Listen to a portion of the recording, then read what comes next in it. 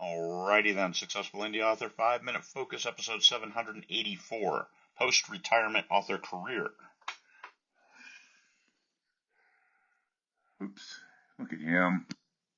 He's all sleepy. He ate a lot yesterday, as much as we did. Alright, Post-Retirement Author Career. You have the wisdom of age, you have the wisdom of years, the experience of making wrong decisions and then working to correct them. Well, if you could only go back, well, guess what? You can. You retire. Now, there's a benefit of retirement. Now you have a steady income. It may not be much, but it's a steady income where you can focus on other things.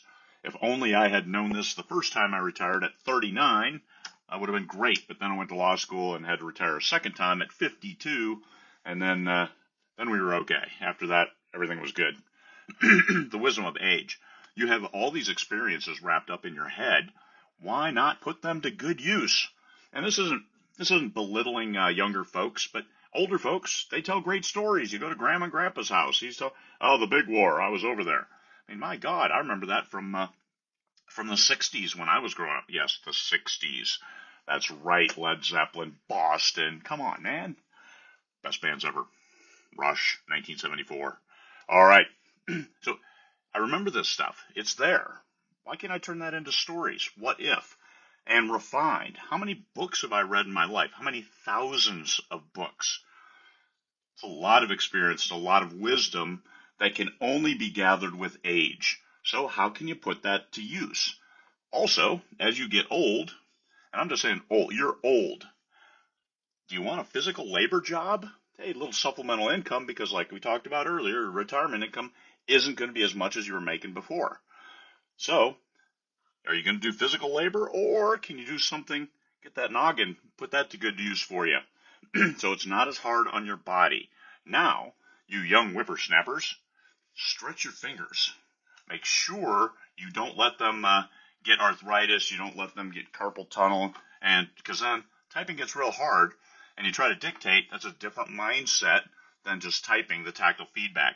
So make sure you take good care of the digits for your post-retirement career. And the good thing about being retired is you can set your own pace. Even if it is frenetic or frantic, as mine might be, it's still you get to set your own. And now's a great time. Daydreamers unite. Bring those ideas, all of that stuff you've been thinking about. Time to go on an adventure, and it's not hard on your body. Go on an adventure in your mind, get it down, tell that story. Keep it focused. Now, this is the hard thing about when you're older. You have all these ideas you've had for decades, and now you're going to write a book. Don't throw all of the ideas in together at one time. Focus on one, tell that story, focus on another. You'll have enough stories that they will outlast you, and you'll be able to write your stories, do that for a living, supplement that income. Life is pretty good. Pretty simple. But looking for that as a retirement gig, if you go too early, you've got a lot of financial responsibilities, and you have to be successful, like wildly successful, in order to replace all of your current and potential income from a day job. Tell you what, I couldn't write until after I retired. I dabbled. I pulled some of my old stuff off the computer because I always kept it. And I know one book I'd been working on for, 5 years, and it was 3 pages. Yes, and I dabbled all the time in it. And I incorporated that. That took like 1 day to incorporate once I was a full-time author and knew what the hell I was doing. 1 day to incorporate all of my notes from years. Yes, that's how it is. It's great when you can focus. And being retired is the best place to be mentally to start that author career. So don't worry if you're overwhelmed now, if you've got so much going that you can only write 10 minutes a week. Write. Hang on to them, because the time will be right at some point, and then you can make your own success. Peace, fellow humans.